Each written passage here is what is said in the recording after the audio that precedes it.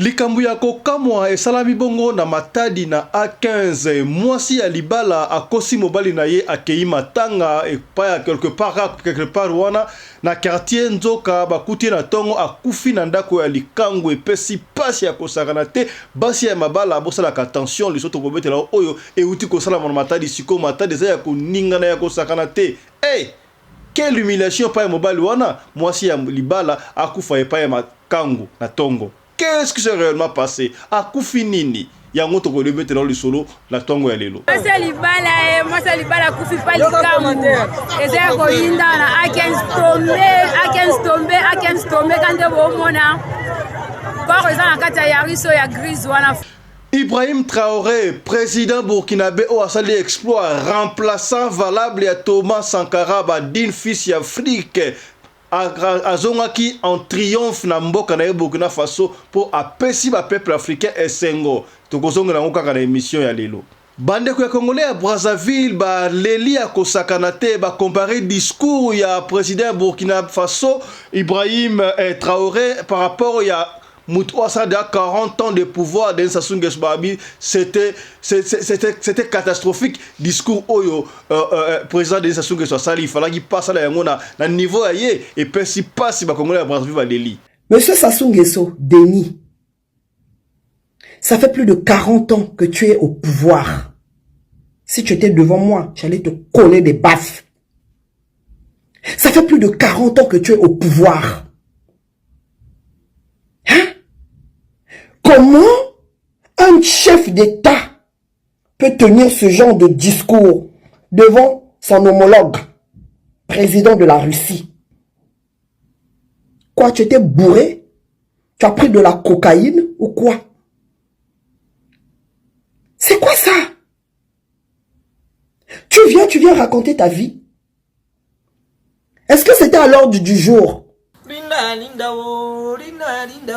yao tantine lindo yo mwaza mongo yao tantine linda losako e mwasi alipeka sola zala kobele ngina mobali ya kwitie isongolo bana Djobour bana Dirban bana Cape Town bana Paris bana Bruxelles Angola Kinshasa monde entier Afrique mobimba babito s'abonner massivement na Lokole TV webi Lokole tanga kara na village ya iso likamboza na mboka baole lisa ngiri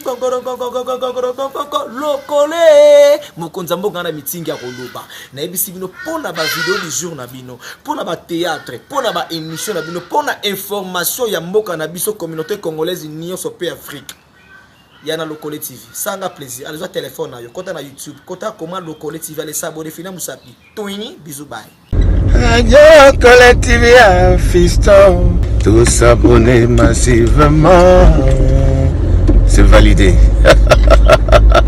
Mobali mbinga na mwinangolo aboya hydroquinone soki ezotambola basheri bazokoya mayanga na retrouve douce tendresse affection epana yo nasalelo nini mpo ndimake na kupendaka sana shitakwacha pelende wenjoro. Pour l'habillement des classes de vos enfants, pour l'élégance de vos enfants, désormais, visitez le magasin Little People Shop chez Mama Charlotte Caputo. Little People Shop chez Mama Charlotte Caputo, l'habilleur officiel de vos enfants. Awa et pas Mama Charlotte. Moi namboka bon monake ba namboka congolaise tala biloko ya kosala et pas ba paya. Acheli biso bilamba. Banda de 0 à 3 mois, yango yo. Soto yawa de 6 à 9 mois.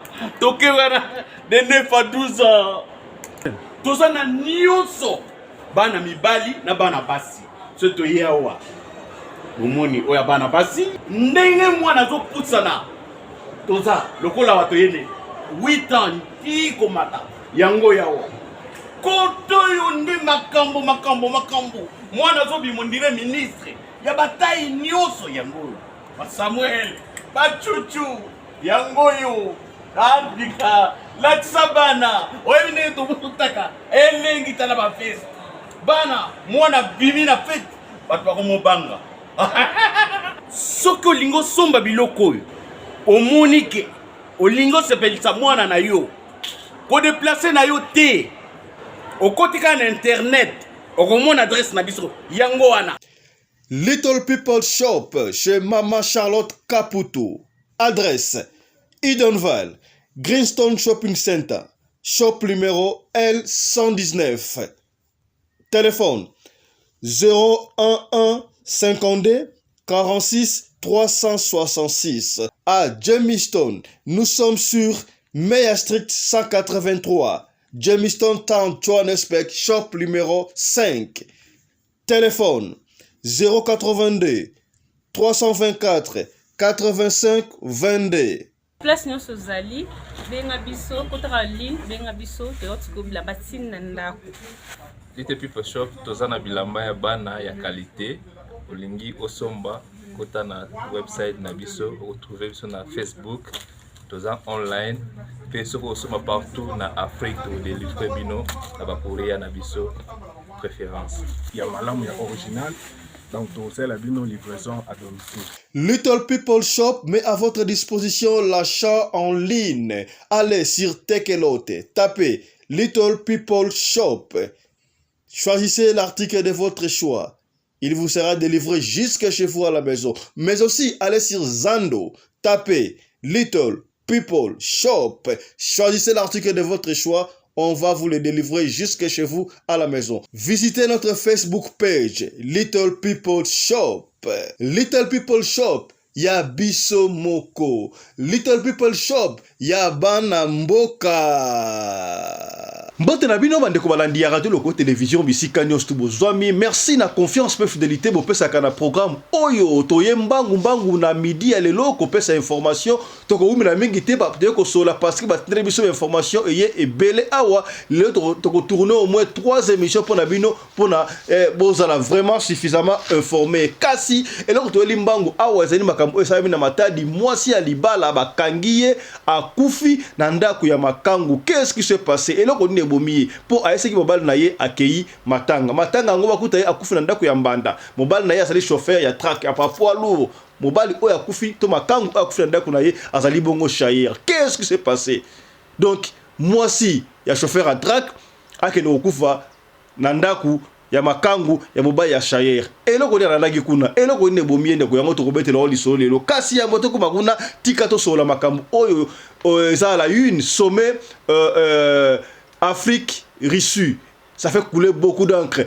Léoma veni vuluzu kimbanga lobaki yango moto moyindo okoma mundele okoma moto moyindo zala kile ba angle bele sikabo yali kokukisa mama. Yailo ko ratete zala brancher na radio lokole po lelo lisusu bokomona likama ya makasi ekombo na nkamba. Ibu aye ko tenter na nkamba akufi. Ibu azalaki nani bokoyeba yango na émission oyo koya prochainement mais toi alerter no de pour la brancher pour après émission oyo émission Ibu oyo ça na nkamba ekolanda. Voilà, Bilenge Kititalo avec Papa Fiston Pelende. Tata Sadek Okomie. Depuis les États-Unis d'Amérique, je suis déjà lié. Radio Locale Télévision 2. Pour s'abonner massivement aux Awana, Naba Histoire, Makoya bien. Pour les avoir vraiment mis ma leçon d'enseignement, c'est pour s'abonner au CBA. Il suffit de s'abonner, il suffit de liker, il suffit de partager. On est ensemble, il n'y a pas de souci avec Papa Fiston Pelende. Tata Sadek, na équipe mobile, Ezawana Takabona Bosebelisa, Biso, Nangana Bino, Toza Elo. On est ensemble, il n'y a pas de souci. Tika to beta masolo na exact to bino na tongo ya lelo comment est-ce que discours historique moi je crois ça n'engage que ngai personnellement après discours au Mobutu Salaka na ONU sikabo discours au nous africains to considérer ça discours ya président Traoré Ibrahim président Burkina Faso descendant propre ya Thomas Sankara. Alors na bane ko luka comme président na pesi Longonia na mon ami personnel Sode ya poto jideka komi yemta singa papa kombo ya président wana ya Burkina Faso le jeune homme Ibrahim Traoré yema kam Thomas Sankara bana ko sala yango ali ko sala pesi kitoko bayamba ki en triomphe de lobi wana bomoni en triomphe commerce ba yambiye pena il est presque roi président mais Batouba s'appelle non seulement les Burkinabé mais toute l'Afrique. d'une fils d'Afrique yoana tout ça besa bato en Afrique et puis c'est qui toko ya kosaka tende ba yoana toi moi résumé oyo comment est-ce que a révolutionné makambu oyo a zongisa biso bilengi oyo Thomas Sankara suivez un peu ça.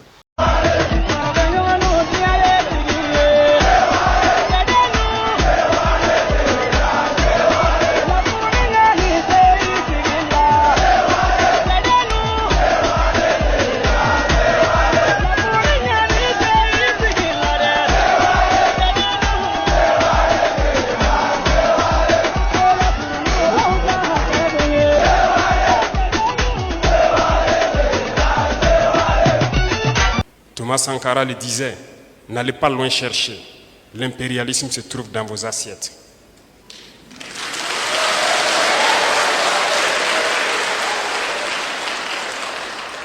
Pourquoi il a dit cela? N'allez pas loin chercher. Ces individus qui n'ont pu rien faire pour ce peuple, qui n'ont pu rien faire pour cette jeunesse, ne peuvent pas se prévaloir de toujours avoir en main la destinée de cette jeunesse. Qu'ont-ils fait pour ce pays? Je disais tantôt que ce pays est riche, immensement riche. Dieu nous a donné beaucoup de choses. Nous devons faire cette guerre, tracer des sillons, de sorte que ceux qui vont reprendre la main doivent continuer pour que cette jeunesse puisse s'épanouir. Qu'ont-ils fait durant toutes ces années qu'aujourd'hui, en 2023, nous nous retrouvons avec des populations qui continuent de boire l'eau des marigots, qui continuent de boire l'eau de certains puits? Qu'ont-ils fait? Où étaient-ils? Posez-vous la question. Parce qu'ils ont la capacité, ils ont eu la capacité durant des années de donner de l'eau potable à tout le Burkina. Ils ne l'ont pas fait. Qu'ont-ils fait pour les jeunes? Qu'ont-ils fait pour le monde rural? Ça leur plaît peut-être d'importer des matières que nous avons ici. Je vous informe que nous pouvons produire de l'engrais au Burkina parce que nous avons le phosphate sur notre sol et beaucoup d'autres choses. Qu'ont-ils fait pour ne pas le faire? Nous importons, les paysans n'arrivent pas à payer l'engrais. Pourtant, nous pouvons le faire. Qu'ont-ils fait pour que le prix du ciment baisse? Parce que le calcaire qui sert à fabriquer le clinker pour le ciment, nous l'avons au Burkina Faso. Qu'ont-ils fait pour cela? Doivent-ils encore venir berner quelqu'un? Devons-nous continuer à citer tout ce qu'ils pourraient faire, qu'ils n'ont pas fait? Je dis et je le répète, ces sacs d'argent qui continuent de rentrer dans les universités, prenez, c'est votre argent. Prenez, pillez, ne les laissez pas repartir avec. C'est votre argent, prenez et bouffez.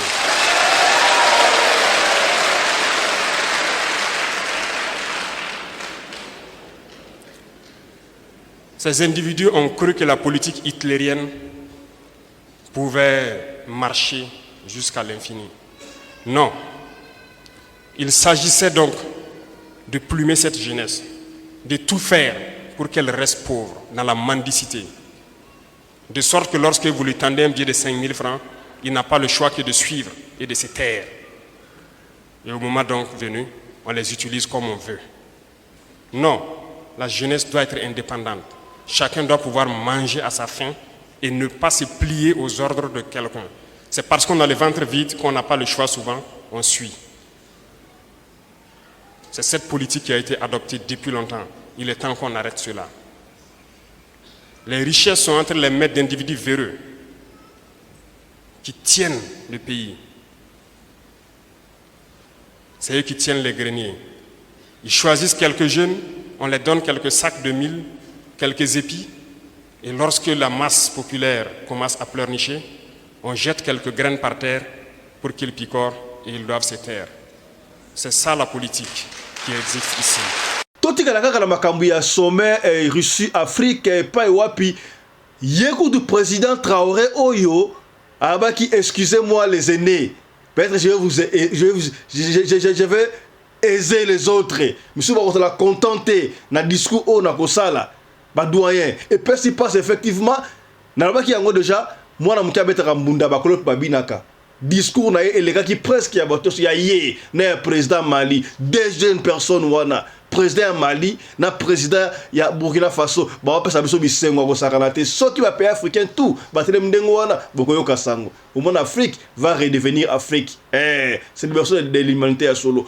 Président Denis Sassou Nguesso, 40 ans de pouvoir, mais discours Athéna qui a sommet France Russie et elle s'appelle ici Batouata Moukete. Il a presque rien dit. Ah, comme on rencontre son commerce qui va passer par des frites d'avion, commerce finalement il n'a rien dit. Ça c'est pour vous montrer que Aza Pierre va décider. Il y a des occidentaux ou quoi? On ne sait pas. Il y a au komi kaka. Aux années émission éveil à conscience. Est-ce que komi l'andande moi très fâché. Maman Oya Congolais à Brazzaville, très fâché à Gosagrante, la discussion à présent de Sassou Nguesso. Landa. Bonsoir l'Afrique, bonsoir peuple congolais, qui comme moi se sont humiliés par le discours de Sassou devant Poutine. Hein? Monsieur Sassou Nguesso, Denis, ça fait plus de 40 ans que tu es au pouvoir. Si tu étais devant moi, j'allais te coller des baffes. Ça fait plus de 40 ans que tu es au pouvoir.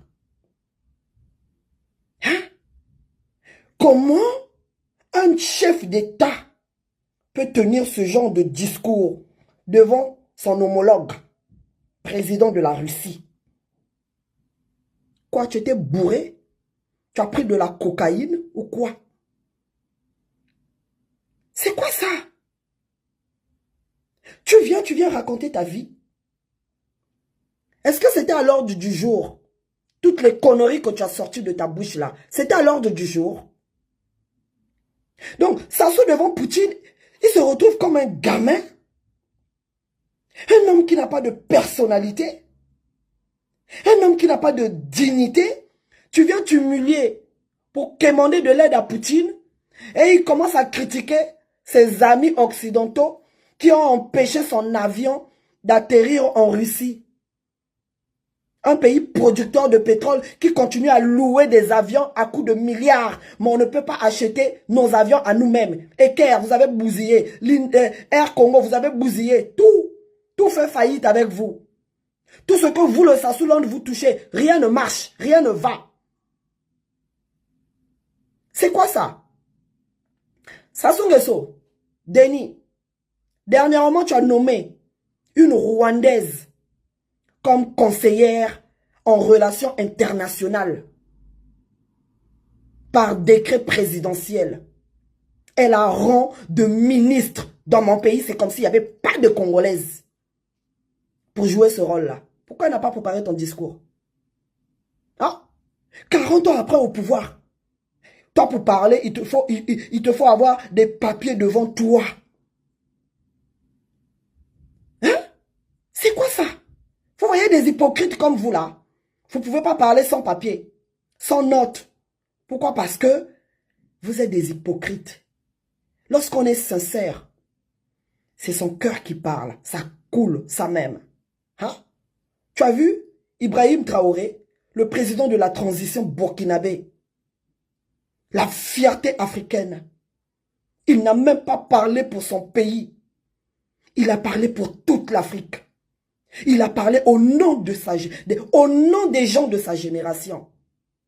Heureusement qu'on a des gens comme ça sur qui on peut encore être fier d'être africaine. Pour qui on peut être encore fier d'être africaine. Franchement, en tout cas pour ceux qui n'ont pas suivi ça, retenez votre souffle. Votre pays qui a organisé ce sommet Russie-Afrique dans un contexte international difficile et beaucoup de forces ont travaillé pour empêcher le succès de ce sommet. Et nous-mêmes avons eu d'énormes difficultés pour arriver ici. Et l'avion que nous avons pris en location est resté à Dubaï parce que les compagnies d'assurance de l'Occident se sont opposées à l'arrivée de cet avion ici à Saint-Pétersbourg. Nous l'avons laissé à Dubaï et on a pris en location d'autres avions. Et on est arrivé ici. Sassou Nguesso, Poutine là où il est là, avec tous les problèmes qu'il gère, la guerre avec l'Ukraine, il avait besoin de savoir comment toi, un vieux président, tu devais arriver chez lui. Tu ne pouvais pas savoir comment te débrouiller. Vous avez transformé le Congo. Le Congo est devenu une épicerie familiale. Toutes les compagnies, vous avez privatisé. Vous avez mis vos parents là-dedans. On a eu Air Congo, on a eu Eker. Tout ça là, on fait faillite. À cause de quoi? À cause de votre mauvaise gestion. Et tu viens pleurnicher devant Poutine. Regarde comment Poutine te regarde. Il est dépassé. Papou. Faut virer ce genre de personnes. Tu viens quémander chez Poutine et tu commences à critiquer tes amis français qui ont bloqué les licences, qui ont bloqué l'avion, qui ont bloqué ci. Mon Dieu! Est-ce que tu t'écoutes? Est-ce que tes conseillers t'écoutent? Tout le monde a même ordre d'idée, bandeko ya Brazzaville, siliki ya kosakalate, kaka pour le discours ya président Oyo Den Sassou Nguesso salaki na sommet Russie Afrique. La musi lion alala ki na ye. La musi makambala Oyo elalaka déjà nzoka batu Oyo.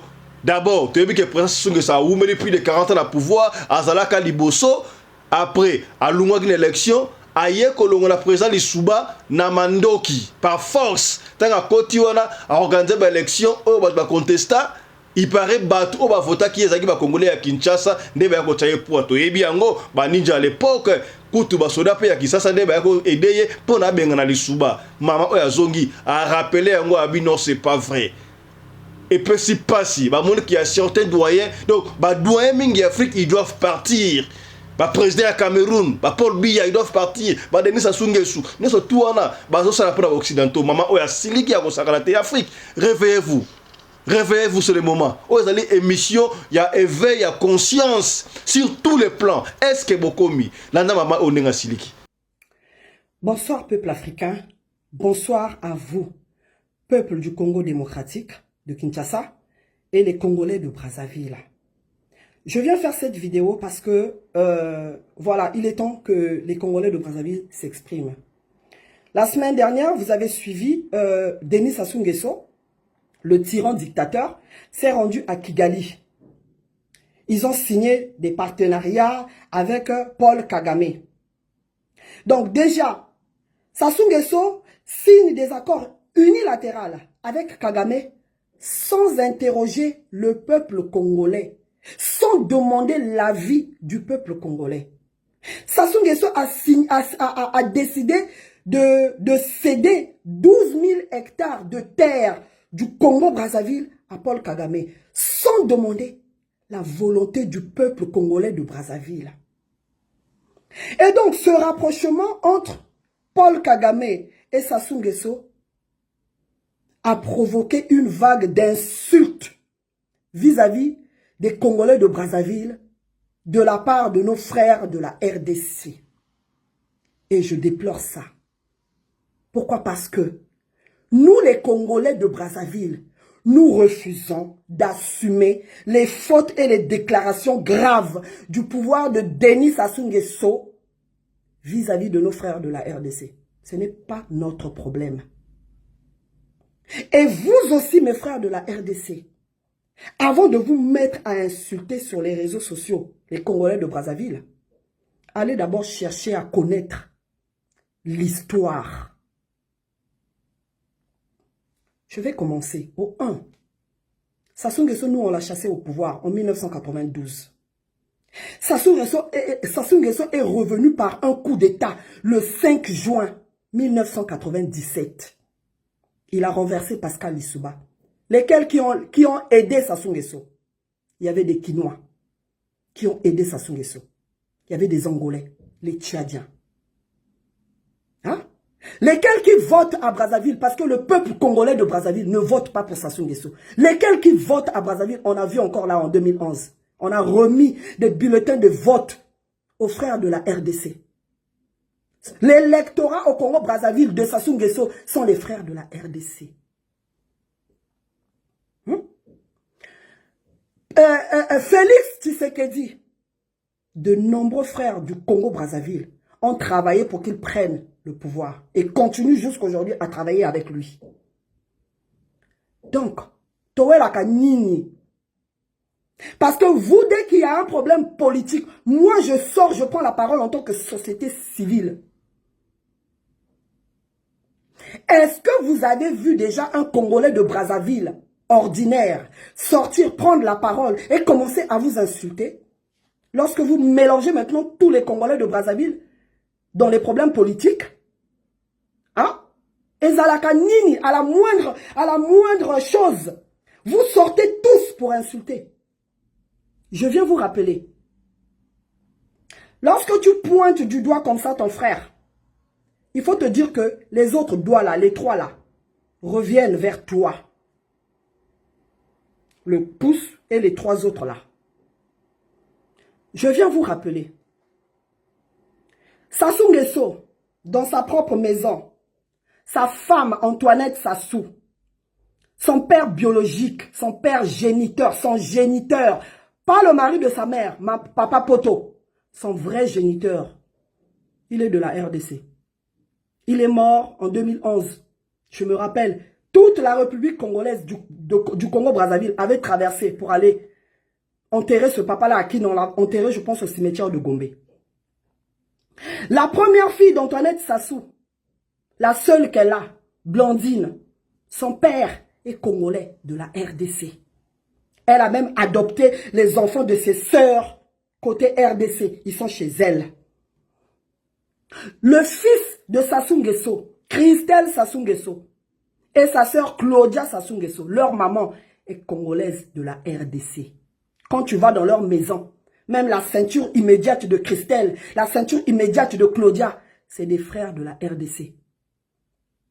Quand Christelle Sassou Nguesso était DG de la SNPC, donc la Société Nationale du Pétrole Congolais, 40% des salariés de cette société qui traite notre pétrole, qui gère la vente de notre pétrole, 40% des salariés sont des Congolais de la RDC. Le conseiller spécial de Sassou Nguesso, Jean-Dominique Okemba, sa femme Georgette Okemba, elle est 100% de la RDC. C'est même elle qui ramène toutes les sœurs de la RDC. Elle les a positionnées comme deuxième femme chez les colonels, chez les généraux. Jean-François Ndengue, lui-même le patron de notre police, sa deuxième ou sa troisième femme, elle est de la RDC. Donc, Towe la Kanini. Towe la Kanini. Parce que vous, les Congolais de la RDC, vous qui insultez ici en Europe, le jour où vous irez à Brazzaville, voir le nombre qu'il y a de Congolais de Kinshasa à Brazzaville qui travaillent et qui nourrissent les familles à Kinshasa, vous allez fermer vos bouches, vous ne parlerez plus. Je viens vous rappeler, le Congo-Kinshasa, c'est 100 millions d'habitants. Le Rwanda, c'est 15 millions d'habitants. Le Congo-Brazzaville, 5 millions.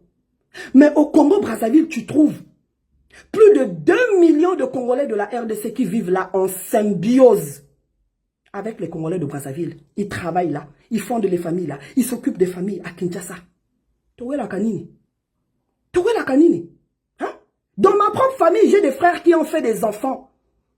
J'ai des neveux et nièces qui portent mon nom. Le nom de mon père. Ba maman na bango. Bazaba kinoise. Towe la Kanini. To balana, to sangana, to bota, to la kanini. Hein? Pendant que l'Afrique de l'Ouest est en train de bouger, bazo sala ba coup d'état, ba changer, ba situation ya bamboka na bango. Biso tozaka kana mafinga, to koma loko la jibem pia na werason ou bien je sais pas faire gola na fali, to la kanini.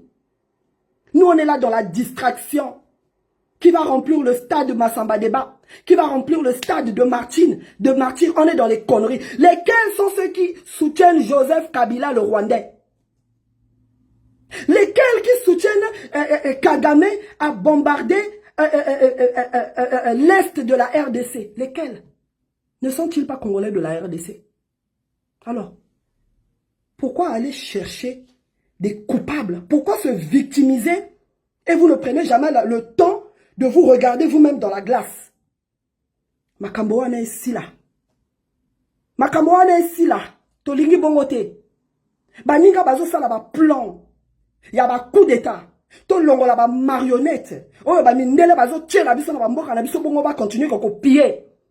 Biso tozaka na kacha mafinga na bilamba na musique na mabina. Na ba église to tondisi. Et là li sakabino ba pongi ya ba bébé. Et vous venez insulter les Congolais de Brazzaville. Ce sont les Congolais de Brazzaville qui sont responsables du malheur des Congolais de Kinshasa. Vous êtes 100 millions. Vous attendez quoi pour attaquer Kagame? Vous attaquez quoi? Si aujourd'hui 20 millions de Congolais de la RDC se décident de mettre fin à cette guerre de l'Est là, ils vont le faire. Vous pouvez prendre aujourd'hui le Rwanda en un seul jour. Il suffit juste d'une détermination du peuple. Donc arrêtez vos conneries. Et j'espère qu'on s'est compris. On est un peuple, on a une même histoire. Même si aujourd'hui nous sommes deux républiques différentes, apprenons à nous respecter pour un bon voisinage. Donc voilà, si vous voulez insulter Sassou, insultez Sassou. Mais ne mélangez pas le peuple congolais de Brazzaville là-dedans. Parce que nous, on n'est pas responsable des décisions que Sassou prend, lui et ses enfants. Parce que ce sont les enfants de Sassou qui est Coco là, qui dirigent le Congo-Brazzaville. Donc voilà, donc vous devez vous en prendre à vos frères. Merci. Et bon week-end à vous. Bye bye. Ya to komete lo lisolo na to ko umela mingi te lisolo o sa na matadi yango to eli na lombango pena ya kosakana te. Mwana mwasi oyo azali marié o bali komona photo na ye yango wana azali bongo marié azana bana na ye to bomi vie privée ya bana na mobali na azali chauffeur ya track ba track oyo kendaka Kisasa matadi voyage consort. Nzoka mama oyo atournaka jeune fille bozomona wana atournaka pena Chayer on te yebita tekaka ba bijoux atekaka bilamba akopera na port to ndenge on sait pas pesa na matadi na A15 bana matadi boali awa mboto na beno bana matadi ba pesi lisolo oyo radio lokole tina matadi bana ba Congo. Nous sommes de cœur avec vous. Ce qui news et information liboso comme on na radio lokole. Ba tournera déjà ya libaka na yo un jour ba kokanga yo na robaka yango awa bandeko na ngai ya na kotila image omona na kotila image na témoignage bandeko omona ekopesa yo pasi bandeko ekopesa yo pasi ya kosaka te makambu oyo ezopesa pasi na esaka bino chaque fois loko moko boye ya surtout moi si ya libala auto ba maman sa libala mobile ne ya papa ata asana grand prêtre mère na ndako asana mwasi na ndako soka bimi libanda malgré ça malamu te ko déconner mais akolinga film ko libanda akolinga film ko quelque part bolingo oya sana wona mwasi na ye ko sila te est-ce que okomba papa na kosi ba papa ba makambo wana mais soki mwasi nesto lo mama ndaku mama ya ndaku asana mobile na ndaku abandi ko linga makangu libanda bolingo ya ndaku ekosila akokoma impoli akokoma na réponse insolente. Yango makambo esalami papa wabuto ba esa rappela ko pende bino tala sikabe mwasi ya libala to boite d'abord makambo yo okela na matanga o yo mwasi ya libala okela na matanga ndengeni est-ce na tongo bana okela classe. Oui, c'est vrai, pleurer avec les gens qui pleurent to partager ma wana baninga et sengope na baninga. Oui, c'est vrai, roloba nini. Ce que ta papa là qui n'a coûté, c'est très bien. Mais hier, mobile n'a pas mobile ça chauffeur à track écoute. Ce qui pas voyager, on ne sait pas. Mais azala qui n'a pas o yabisi mobile qui ok matanga. Mutente la kufi. Mobile peut à permettre yo ok de matanga. Nzoka matanga te yo ke ipa ya makangu. Si kotanga kompa makangu na yo wana ya bijoutier, so pe bijoutier, ce qui cher ani on ne sait pas et peut si passi. Na tongo ka ndeza la kaboye ba ko luka oh non ndenge zali awa mama kedaki matanga ifaso ngana tongo abongisa bana bakende kelasi papa moni mama yeti il a compris yemo asali makamno sto bongisi bana bakende kelasi mais tiba 9h 10h oh matanga ndenge nini mutake matanga azosonga te ndenge nini papa landi na matanga kuna oh non mama sayaki na matanga awa mais azonga na butu wapi azoyeba te sikoyo yekoyeba na ndenge nini ye jeune garçon wana ya Shayer ntango bazalaki na mwasi ya moninga babiso balobaka o mwasi ya moto azalaka elenge aleki kabri na gu yaya mwasi ya moto apesali mbongo moto afandaka na mwasi na ye yo mwasi mosu oboni te kaka mwasi oyo ya moto yaya tozalaka bato ko tozalaka bato yaya émission oyo tindela moto nyonso oyo alingaka soki ebi kaka jeune garçon moko boye yalandaka mwasi ya bato tindela émission oyo yaya nzambe akofrape wino to mpe yo omoki mobali oyo azalaka na mwasi na ye mozo kolanda ye esengo nini yaya pasi ya kosakana te tala siko kayo ekomi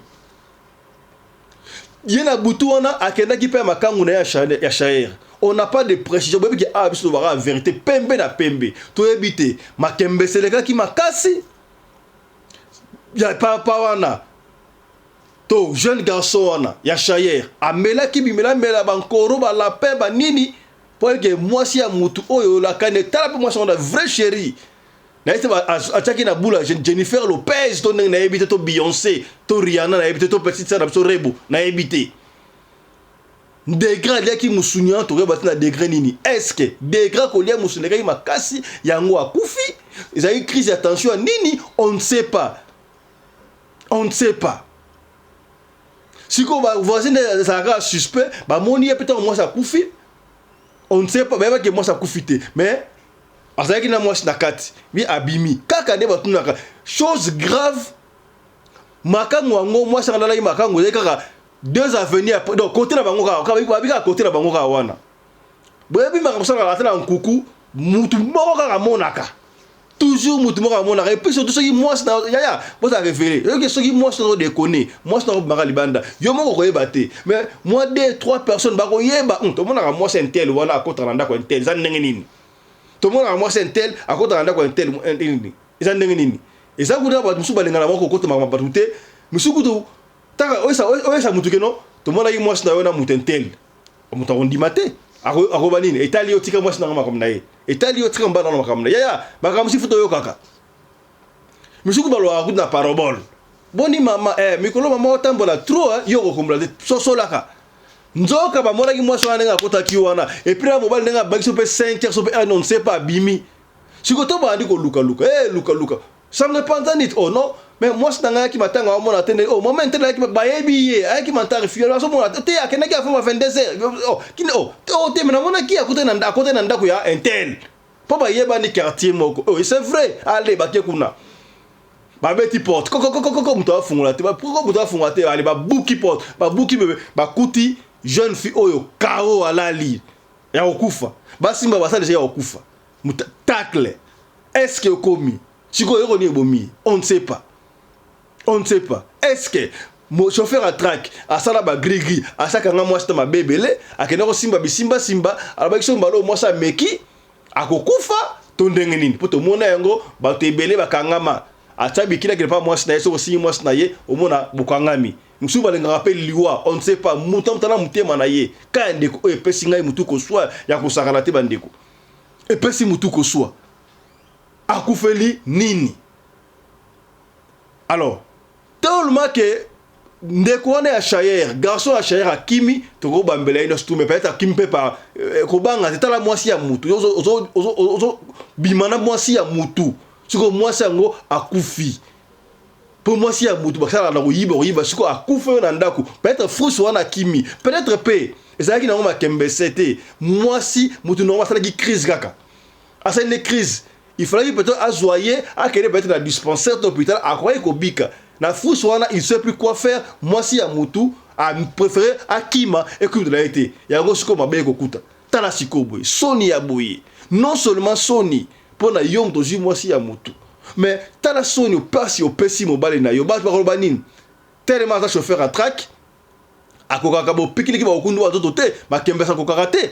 au fingisi mobali au ridiculiser mobali bon mobali na chauffeur à track ba chauffeur à track ba ça na quelque chose yo zo landa Shayer ya musala nini est-ce que ozoka mbonga chauffeur à track te opesa ka Shayer wana et logo nini o Shayer wana asepelisa ka yo donc mbongo opesa ka Shayer peut-être Shayer ka na kosomba ba buma mama ba lapin ba nkoro pour asepelisa ka yo posa ya nzoto epesi pasi ya kosaka te makambo ye ngele lisinga ya kosaka te siko bana oya yo te bana wapi bana ba koloba nini mama na biso akufa nini akufa na scène na scène ata na scène na stade na biso moko te stade na papa na biso te mais na stade mususu na papa moko kisongolo pakala au moins azaki na ndako libala soni ya kosakala te soni ke tina famille tina bada matadi bafia matadi bakufaka na scène et pas ba makangu ata yo moko pasi ya kosakala te bandeko matadi baleli ya kosakala te pasi landa le reportage oyo ndenge bandeko matadi ba expliquer batolela landa. La famille moi so bozo mona wana te na photo akufika lelo esami na matadi aza femme mariée loba yebisi mobali na ye akila na matanga mbali pa bika non moi sinanga kendo la na matanga na tongo bakeko découvrir ye akokufa na ndako likango donc non loin pe ndako ne libala avivaka na garçon moko boya chayer mobali na za chauffeur à poids lourd bakutie ebembe koyeba te mwa mbala na pe akimi koyeba te abomiye to magoda elekaki makasi donc ko comprendre te lo ni salamaka na bakutie déjà ebembe ba mama ba jeune fille ba yaya ba leki soko za ndako libala ko sala loko yo jamais soko mono zo tonda te zo atera ko divorcer OK luka mbalo yo akobando tondi ça c'est pas bien na minute mninga na biso mwasi akoti morgue lelo suite ya Arthur Pozaki oza marié obimarasu na mobali moko boye c'est pas bien. Mwasa libala kufi pali kamu eza ko yinda na akens tombe kande bo mona kwa eza na kata ya riso ya grise wana femme mariée akufa ndako likamu ba mama so bo tonda te bo changer mibali ndako libala tibau na ndako libala muninga mwasi akufi botika j'ai de double sim so na ndako tonda te boma libala zonga pa na bino j'ai de double sim ezo bomi muninga wa akens tombe matadi par terre quand yangwa lezo kende na yarisa grise mwasa libala kufi na ndako likamu triste nouvelle triste réalité c'est pas bien soko lembi libala akite ndako mwana mbala bato o bangambu voilà epesi pasi makambo ya boye basi ya mabala kote ya bino ete ya bino yango bataba ba frère makalamba bayemba muto na libala yokati muto na libala ozo envier muto na libala yozo lukanga fana bala po ba congolais ba africains en général particulièrement ba congolais ba linga libala ko sakana te ba linga ka libala ngo petango koti obandi ko déconner yaya est-ce que point de bataille à fiançailles mobile o linga ki mona ke no ya leki mbali nyonso tout il fallait que ça naie si ko tango commune naie obandi ko boya pour la nini soki papa azo kokate bo pikile ki ba okundu bandoto kokate ezara maladi bo za absoluté ezara éternalité batanga wi sezali bangainga ezali sela papa mo eloko pona papa azonga bo pikile ki ba okundu bandoto moni c'est quoi pour moi pourquoi soki na robio to kokate oza na France oza na Europe oza na wapi benga biso to ko en contact na mama eve ba solution na Suisse mama eve ba solution combien bako betela opena solution pene ya bien o soki papa pena meli au sentir c'est que bien o wa Afrique du Sud awa benga biso to ko en contact na mama mado okota tanga aussi pena ko so o ko pesa bo pikili ki ko kundu banzoto pena c'est bon est-ce que komi mbote na yo apôtre na biso na Allemagne on est ensemble est-ce que komi papa Watuzola papa Richard okomi ya mama Emilienne ça la papa peda tanga aussi pena bo pikili ki okundu banzoto bangai est-ce que okomi mama Chantal Zolo na Italie merci beaucoup okomi on est ensemble mama Judith il y a papa Francisco est-ce que maman Judith ça la papa peda tanga aussi pena bien bo pikili ko okundu banzoto po papa ki mate papa pe c'est pelisaka moi bien moko makam oyo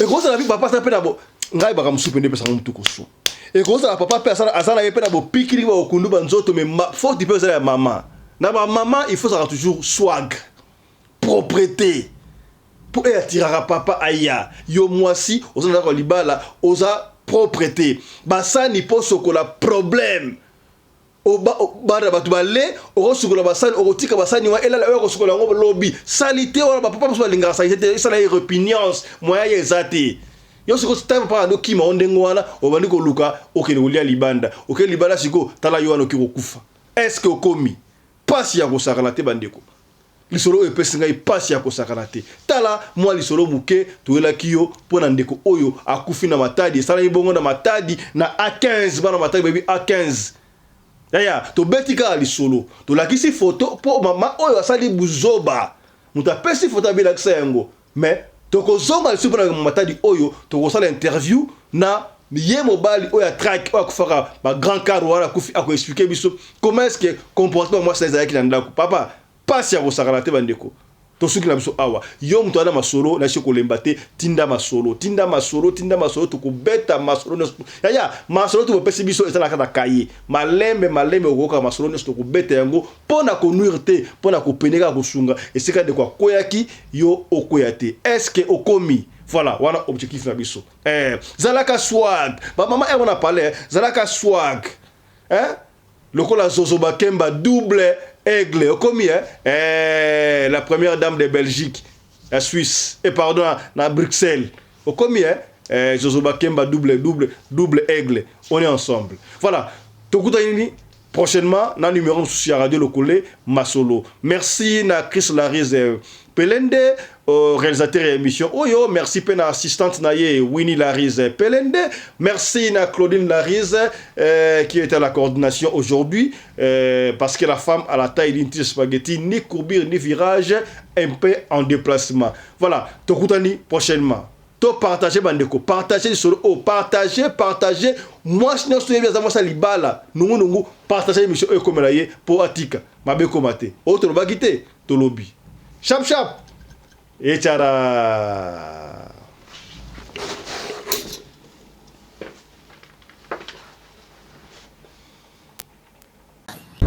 Radio Collective Fiston, tous s'abonner massivement, c'est validé. Tout le monde a Mike Josh, bon dit que compagnie, brand, marque déposée, ya sika, ya mwana mboka. Oyo asali pona kotombo la bendele la biso na mboka ya bapaya yaya auquel États-Unis d'Amérique okokuta pena doki esika ba classe pena doki ba brand ba marque déposée okuti songolo okuti pakala okuti nani be Mike Josh pe ezali wana na yiko lo baboye bande ko belé ba ali ko benga boso ko benga biso mais pesa biso numéro Mike Josh derrière numéro sur le kayango bo numéro Mike Josh yango ata to lo ba numéro ezali wana bon ko benga oui c'est vrai c'est important ko benga pour ba détail mais ezala ngo simple bandeko site yango wana yo kotika na site soko lingi ko somba oliko sa commande ya ba t-shirt ya ba soulier ya ba pantalon ya ba veste ya nyoso tout yo kotaka na site bandeko site yango wana to site yango wana okotika na site wana donc okota site e ko pesa o boyinde bo moni yo mona wana comprendre site yango wana okota na site Mike Josh ok côté ya ils ont trois barres na droite ya téléphone na auto écran au côté wana marché au talib article ça na kati ba montre ba sapatu ba perpète ba tout petit ba veste pena ba élégance ya kosakana te nyoso tout o ko besoin ezali wana tout ta griffe wana mboka ko vous comprendre na arrivage yaya ba sac ezali obodi sac oyo Mike Josh ba ngai nyoso ga radio Lokole voilà pour ba papa sac qui pena ko taper laptop vous comprendre au côté laptop dans laptop appareil portable quoi voilà ça qui oyo Mike Josh ça qui kitoko boy voilà ça qui Mike Josh nyo sorti ko linga kotaka la site wana ko mona yango ça qui oyo Mike Josh et silika kate voilà na ça qui bino doki Mike Josh voilà hey ba montre ezali ba montre siko boye yaya to ko changer ba montre le quoi na filmer montre oyo à Mike Josh et ça va il y a tout 4 on va sachet oh azo ki acteur ozo mona ozo 4 na ba sachet yaya to ko mettre dans le solo to continuer information tire to ba bien sponsor pour et ça dit non sponsoring mais ezali mwana mboka atomboli bendele ya biso a congolais bapaya Bamisusu bameka ki me simba kite. Voilà. Voilà, toi tu entends ngwa to bonga session sima. Voilà. Montre oyo. Et ça waterproof. Mais waterproof à l'accident. C'est-à-dire que montre oyo na la tango boye. Na so ko na piscine. Na ko kota na mai.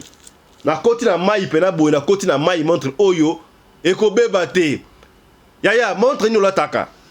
Soki ça qui a griffe à mundele, ya étranger ne mbangu o griffe wana ye soki nini, soki songolo parate. Yaya Mike Josh. Ya mwana mboka. Montre ona ko dina na mai.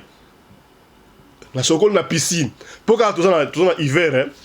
Ce toi na été, bo na plonger na piscine na action mo montre pena ngoyo. Ça ebele yaya kota na site wana, kota na site commandé. Soki o comprendre te benga Mike Josh.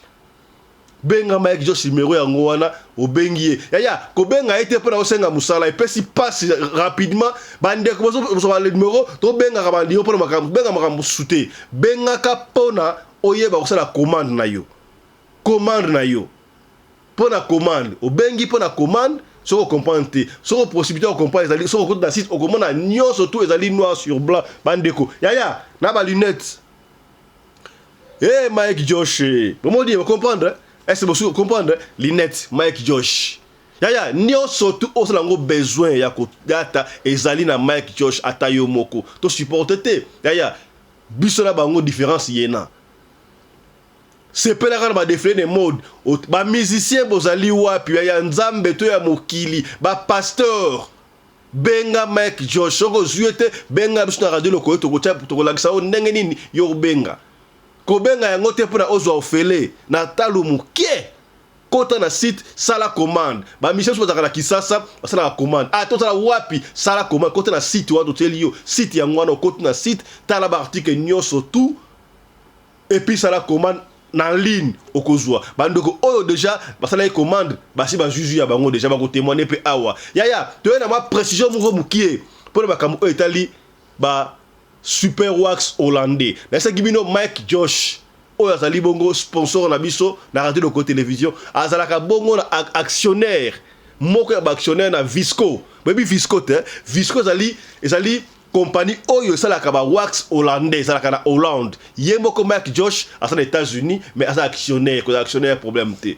alors bande ko benga kebele bande comme ça personne qui commande on a besoin il y a 10 pièces on a besoin il y a 15 pièces et ça la maboye boye ba ke et ka na prix de gros alors prix de gros on a pour Mike Josh ateke la yango ba ko ya ko tikela yango tina ndako isina to na boutique to na adresse au pesa.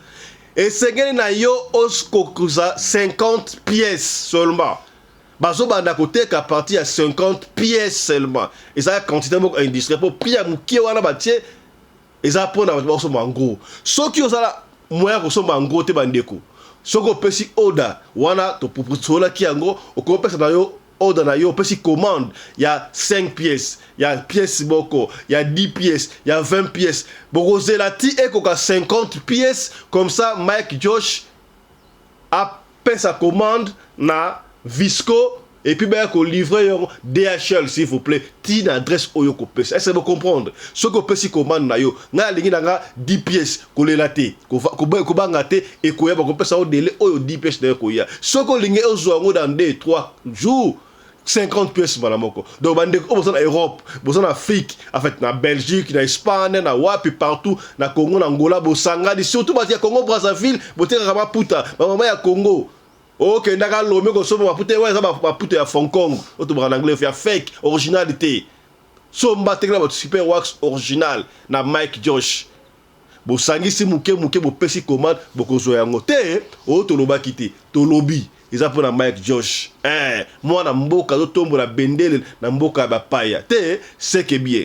Dans le cadre de soutenir la vision du chef de l'État dans les domaines de l'éducation, Mama Charlotte Caputo, la femme de fer, facilite à vos enfants de venir étudier en Afrique du Sud dans l'école de l'aviation, apprendre à piloter l'avion commercial ou militaire, apprendre à piloter l'avion de chasse, apprendre à piloter l'hélicoptère commercial ou de chasse, mais aussi apprendre à réparer les avions commerciaux ou militaires, des hélicoptères militaires ou de chasse en Afrique du Sud. Bandeko, yo mutolingi mwanona koma pilote commercial to militaire avantage yango yo obengi na numéro oyo ya mama Charlotte ako guide bino ndenge nini mwana na yo ako sala classe ya pilotage. Alors avantage nyonso hébergement minerval olingi mwana na yo ayeba kobongisa ba moteur ba avion benga mama Charlotte na Afrique du Sud. Madame Charlotte Kaputu et ses collaborateurs mettent un hangar plein d'avions à la disposition de vos enfants qui viendront apprendre ici en Afrique du Sud, voler à l'espace sud-africain, devenir un grand pilote commercial ou militaire. Contactez Madame Charlotte Kaputu. Devenir pilote d'un avion commercial ou de chasse n'exige pas un diplôme d'État. Un certificat d'études primaires suffit pour apprendre à piloter l'avion commercial ou militaire. Les appartements confort pour accueillir vos enfants lors de leur séjour ici en Afrique du Sud. Piscine, salle de bain, salle à manger, cuisine, lavabo, tout pour accueillir vos enfants. I stayed here from 1 year ago. Oh, people coming from Congo, you're very welcome to come here in South Africa. It's a Mama Charlotte space, very beautiful accommodation. They take very good care of us. Bino batu boyebi anglais te, alobi boye. Grâce à Mama Charlotte, lelo yo ba Tanzanien bazo yekola avion, baza mibale, mwasi na mobali. Et bon bino na Congo. Ozo zela nini? Pour tout contact, appelez-nous au plus 27 82 32 45 522 ou encore contactez Radio Lokole Télévision au plus 27 61 88 58 455. Papa, maman, mwana noya koyekola kopusa avion militaire pe commercial, hélicoptère militaire pe commercial, kaka na certificat d'études primaires. Et bongo yozanga, hâtez-vous car les places sont limitées. Mama Charlotte Kaputu, la femme de fer, tokumisa yo ndenge nini. Merci pour l'opportunité, maman.